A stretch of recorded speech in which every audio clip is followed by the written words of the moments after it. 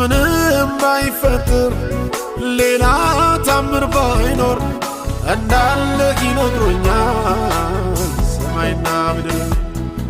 ሁሉን ይሁን ስትል በፈጠረው ቃል እገረማለሁ እደነቃለሁ። ሥራ ግሩምና ድንቅ ነው።